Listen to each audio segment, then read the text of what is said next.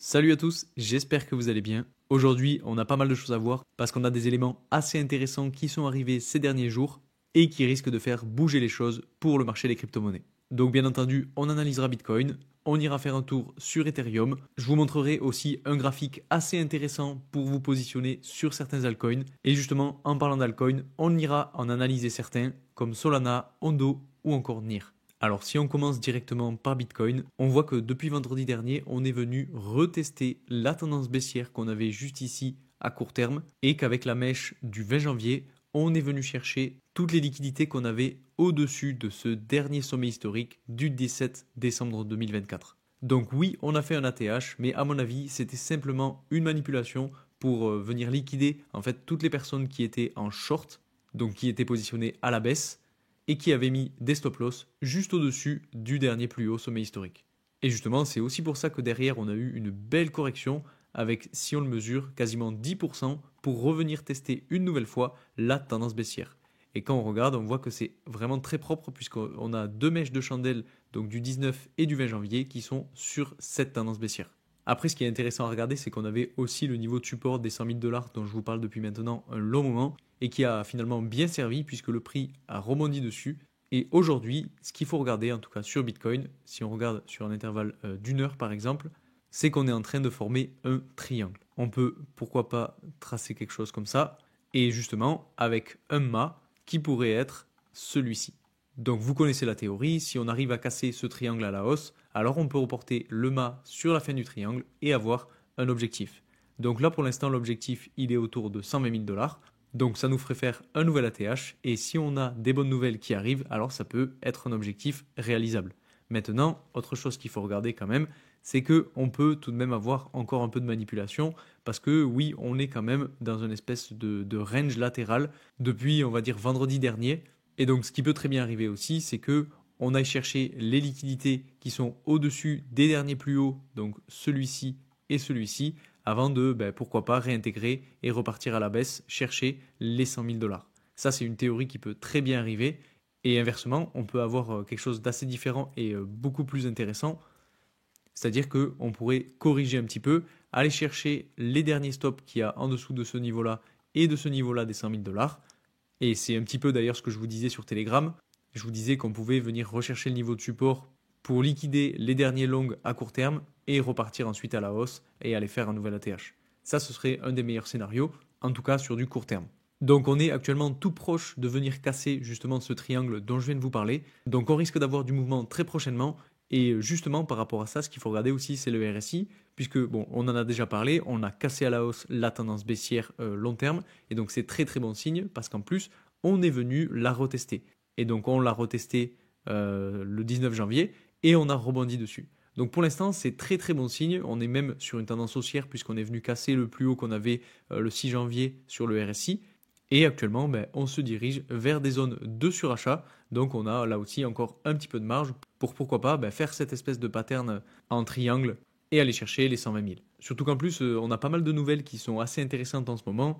Vous le savez, on a Trump qui a été élu, on a eu donc son investiture il n'y a pas si longtemps, et ce qu'il faut savoir, c'est que Trump a dit qu'il voulait que les États-Unis soient la capitale mondiale de l'intelligence artificielle et des crypto-monnaies. Donc ça, c'est un point qui est ultra important parce que ça veut dire que ça va amener beaucoup plus de liquidités dans le marché des cryptos. On va avoir de plus en plus de personnes qui vont s'y intéresser. Déjà, je pense qu'autour de vous, il y a des personnes qui ont commencé peut-être à vous en parler. Donc inévitablement, ça va faire du bruit, ça va ramener des gens et ça va ramener de l'argent. En plus de ça, autre point très très important, c'est que Trump a signé un décret pour créer une réserve nationale d'actifs numériques et donc pourquoi pas y intégrer du Bitcoin ou même des altcoins.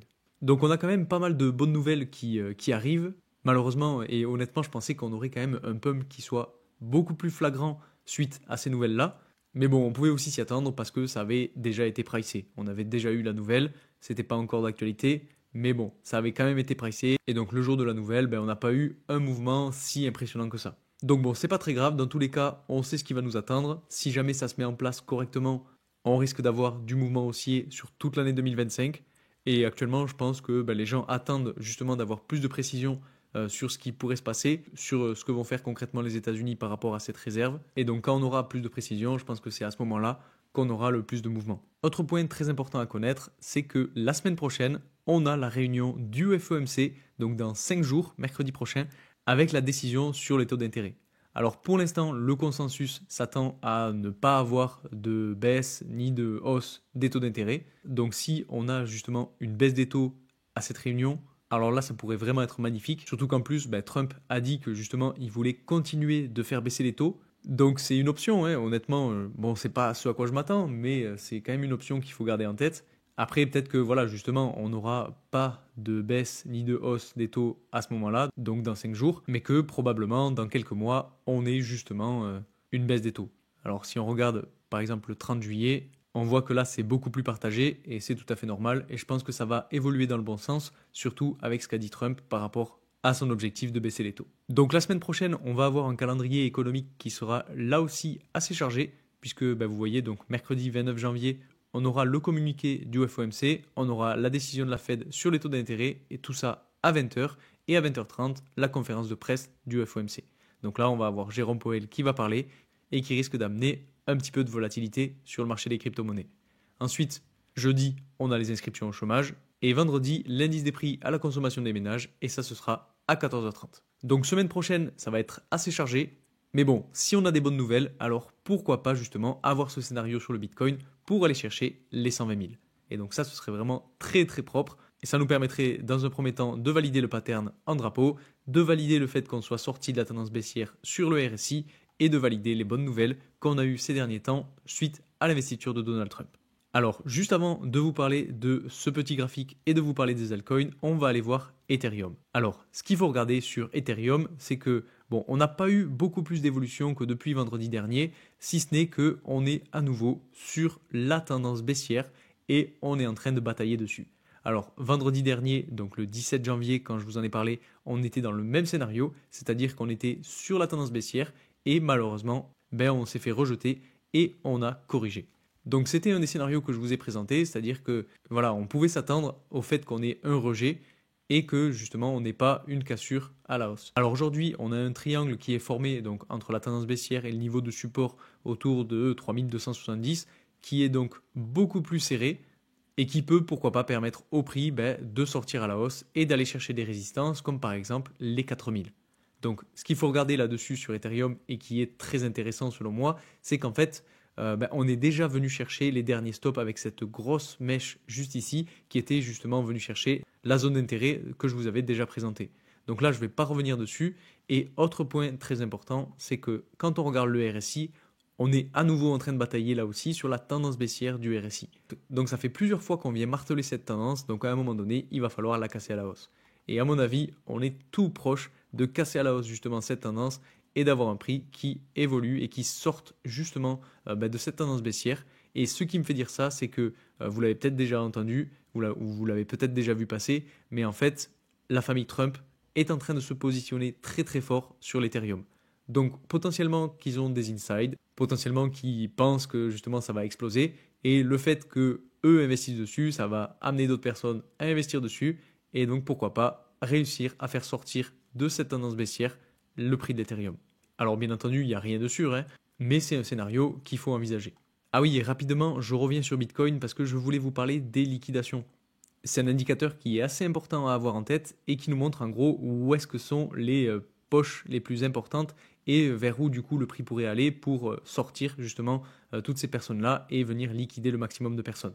Généralement, c'est ce qui se passe. En gros, on vient combler les poches avant de repartir dans l'autre sens. Donc comme je vous le disais tout à l'heure, on a beaucoup de liquidations qui sont positionnées donc au-dessus de l'ancien ATH juste ici qu'on a fait lundi dernier il me semble et juste en dessous même de ce dernier plus bas. Donc là on est en plein milieu de cette espèce de canal entre 109 000 et 100 000 dollars. Donc honnêtement je trouve ça assez dangereux de se positionner maintenant. C'est pour ça que personnellement j'attends quand même de voir ce que va faire le prix. Est-ce qu'il va aller chercher les 109 ou bien est-ce qu'il va aller retourner chercher les 100 000 avant de changer de tendance. Ah oui, et d'ailleurs par rapport au Bitcoin, une nouvelle dont je voulais vous parler et que vous avez aussi peut-être déjà vu passer, c'est que le CEO de BlackRock voit un Bitcoin à plus de 700 000 dollars. Donc ça paraît astronomique actuellement parce que ça veut dire qu'on ferait un x7. Mais bon, j'ai envie de dire sur du long terme, pourquoi pas. Alors maintenant, si on s'intéresse aux altcoins et qu'on va voir ce qui se passe sur le Total 3, donc on a vu qu'on avait réussi à casser à la hausse la tendance baissière justement sur le Total 3 et qu'on était venu retester. Donc ça c'est très très bon signe et on a un petit peu la même structure que sur Bitcoin, c'est-à-dire qu'on est en train de faire une espèce de triangle. Si je le trace très grossièrement sur les mèches de chandelle, on a quelque chose qui est en train de se passer comme ceci et donc on n'est pas loin d'avoir la finalisation du triangle avec cette fois-ci un mât qu'on aurait comme ceci. Et donc si on reporte, hop, on aurait un objectif à ce niveau-là, donc qui permettrait tout simplement aux altcoins d'exploser. C'est dans la logique des choses, puisque quand on regarde le RSI, on voit qu'on est sur une tendance haussière, qui est assez douce, je vous l'accorde, mais qui permettrait donc au prix de se lancer. Après, attention, bien entendu, on n'est pas à l'abri d'avoir une correction, de revenir chercher, pourquoi pas, la tendance ou alors le croisement entre la tendance baissière et le niveau de support à ce niveau-là. Et ça, à mon avis, ça arrivera si justement on a un Bitcoin qui retourne chercher les 100 000 $. Parce que si Bitcoin corrige, vous vous doutez bien que les altcoins vont corriger encore plus fortement. Alors maintenant, comme promis, on va aller voir ce graphique. Alors en gros, ce graphique compare la courbe d'évolution du prix du Bitcoin, la courbe d'évolution de la dominance du Bitcoin et la courbe d'évolution des altcoins. Et ce qu'il faut regarder en fait, c'est qu'on a un découpage qui est assez similaire dans chacun des cycles. C'est-à-dire que quand on regarde la courbe d'évolution des altcoins, on voit qu'au premier cycle, on a eu une poche d'accumulation avec une sortie à la hausse, une deuxième phase d'accumulation de stagnation, une deuxième sortie et une troisième phase d'accumulation beaucoup plus courte qui a donné lieu à une explosion à la hausse des altcoins. Sur le cycle d'après, la même chose, phase d'accumulation, sortie à la hausse, deuxième petite phase d'accumulation, sortie à la hausse une nouvelle fois et troisième phase pour lancer le bull run. Donc on a là aussi une phase d'escalier et donc actuellement on a la même chose, c'est-à-dire qu'on a une phase d'accumulation, une sortie à la hausse, une deuxième petite phase d'accumulation et là actuellement ce qu'il faut regarder c'est qu'on a eu cette sortie et on est arrivé sur cette troisième petite phase d'accumulation qui est en fait corrélée avec le croisement entre la ligne verte et la courbe d'évolution du prix du Bitcoin. Alors je vous avoue que j'ai pas l'info sur ce que représente la ligne verte, c'est peut-être une moyenne mobile, honnêtement je ne sais pas, mais ça reste quand même assez intéressant puisque on voit que c'est pas anodin, on a des cycles qui se ressemblent et que justement à chaque fois qu'on a ce croisement entre la ligne verte et la courbe d'évolution du prix du Bitcoin, eh bien on a un signal sur les alts et ce sur les deux précédents cycles. Et actuellement, vous voyez qu'on a le croisement entre ces deux lignes qui est en train de se faire et qui pourrait donc annoncer une alt season. Et si on regarde justement par rapport à la dominance du Bitcoin, on a là aussi une corrélation, puisque à chaque fois qu'on a ce fameux croisement, eh bien on a une dominance du Bitcoin qui dégringole. Et c'est pareil, on a eu le même scénario sur les deux précédents cycles, et actuellement, on pourrait avoir justement ce fameux décrochage de la dominance du Bitcoin pour laisser place aux altcoins et avoir une belle explosion à la hausse et avoir une alt season. Donc je voulais vous présenter ce graphique parce que je trouve assez intéressant, c'est assez simple à comprendre. Et puis dans tous les cas, on s'y attend parce que ça fait longtemps qu'on en parle, ça fait longtemps que beaucoup d'altcoins sont en train d'accumuler, ça fait longtemps que je pense que vous aussi, vous accumulez. En tout cas, moi c'est mon cas. Et donc ça fait longtemps qu'on attend les résultats. Donc on sait que l'année 2025 risque d'être très très impressionnante à ce niveau-là, parce qu'on a beaucoup d'indicateurs qui nous le prouvent. Donc maintenant, il n'y a plus qu'à attendre. Maintenant qu'on a vu ça, on va aller voir quelques altcoins. Alors je vous ai dit que j'analyserai donc le Solana. Donc sur Solana, je vous en avais déjà parlé, mais en gros, pour ceux qui n'ont pas vu la vidéo, tout simplement, en fait, on est venu chercher l'ancien niveau de résistance du canal baissier. On a rebondi dessus. On avait fait une belle mèche qui était venue en fait sortir tous les longs pour ensuite repartir à la hausse. On a fait d'ailleurs une belle poussée à la hausse puisque jusqu'au plus haut, on a pris presque plus de 70%. Et maintenant, ce qu'il faut regarder tout simplement, c'est qu'on est venu faire un palier à ce niveau-là et que maintenant, on est en train d'en sortir. Donc c'est assez bon signe, justement parce que généralement, suite à des belles évolutions à la hausse comme celle-ci, eh bien on a un petit retracement, on a une phase d'accumulation et ensuite on repart dans les moments les plus bullish. Donc on pourrait pourquoi pas s'attendre à avoir le même type d'évolution que ce qu'on a eu depuis le 14 janvier, pour pourquoi pas avoir ce type d'évolution et aller chercher les 350.